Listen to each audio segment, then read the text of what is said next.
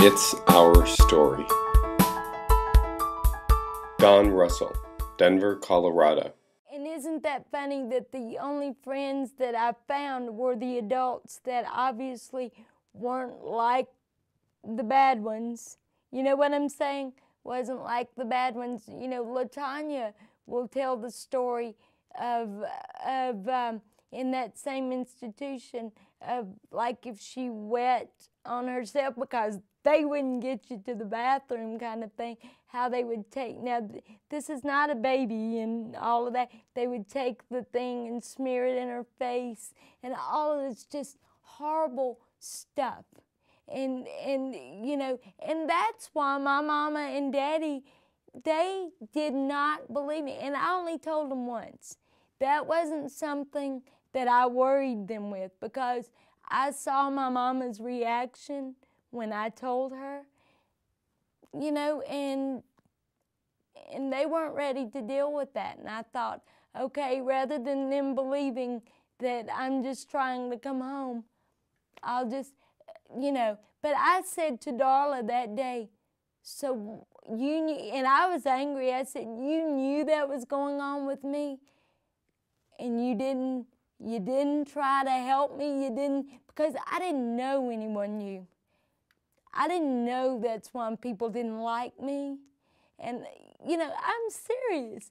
I would ride around on my little tricycle with my little feet tied in, you know, to hold them onto the spokes, loving life and riding my little, and I couldn't imagine. No one had anything to do with me except Tommy, and that's why I would always get in trouble because I'd be trying to go down to the boys' ward. You know what I'm saying? Because at least he wanted to talk to me. You know, and we're talking lots of kids. I mean, I'm talking a ward, you know, where I call them the big baby beds, you know, where they lifted and I can still hear the clinging of being woke up in the middle of the night with those mean-ass nurses coming in, pissed off because they had to get off their lazy ass to do something, and you could just hear the cling of the bed being let down and the, you know, being let up kind of thing. So pretty disgusting, actually. You know? No, actually, and I think this is why Deborah took 2 hours to interview me in 2 weeks to decide that she would hire me, is because any experience that I tell you about crippled children's, this is going to sound bizarre, but was a positive experience for me because I kicked their ass every time, which was the most important thing to me. Right?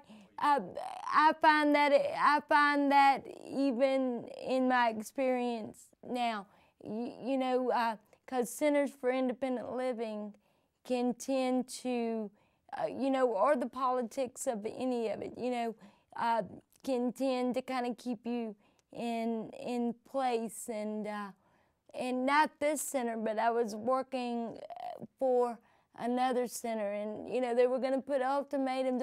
Well, I actually one of those same experiences is what landed my butt right here at Atlantis. Just that same kind of thing ended me up here, and then I've had my own experience since in another center that keeps trying to. What happened was ADAPT came to Memphis, right? And this was like in '98 or whatever, so I'd been in ADAPT for a couple of years. And there was a nursing home, one of the only institutions left because crippled children's had been shut down, and all of the people that were there that didn't have homes to go to, they went to this King's Daughters and Sons, okay? And their original name was called the Home for the Incurables, and thank God I never ended up there, or, you know, I would have never lived through there. But we had an injunction placed on us, the center, right? And they said that we couldn't come near. Well, my boss, Deborah Cunningham, that took 2 weeks to hire me, decided ADAPT was going to do an action, right? And you know, I love ADAPT because no matter how radical we get and all of that beautiful stuff, we never jeopardize our brothers and sisters, you know, with disabilities. And so the plan was, because remember, the people inside the institution certainly aren't our enemies. We want them out with us. So what we planned to do was a vigil. We weren't going to hit it. It wasn't a target.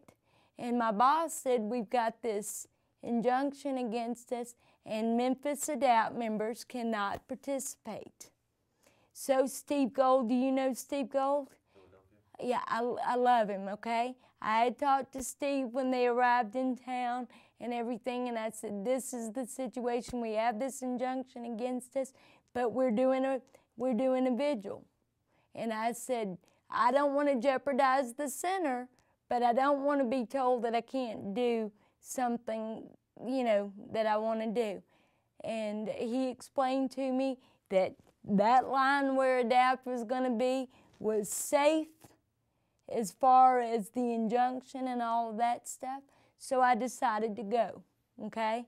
And I went, and I was suspended for 3 days without pay because, you know, I did what I was told not to do. And Mike Allberger said to me, he called me up and he said, Dawn, he said, I know what you did. And he said, you were the only person representing the very place that we're in. And he said, and I know you've got consequences to deal with because of that. And he said, I promise you, if there's ever a job opening, I'll offer it to you, you know, and he did. The It's Our Story project is a national effort to make disability history public and accessible. Visit us at www.itsourstory.org or on the It's Our Story project YouTube channel.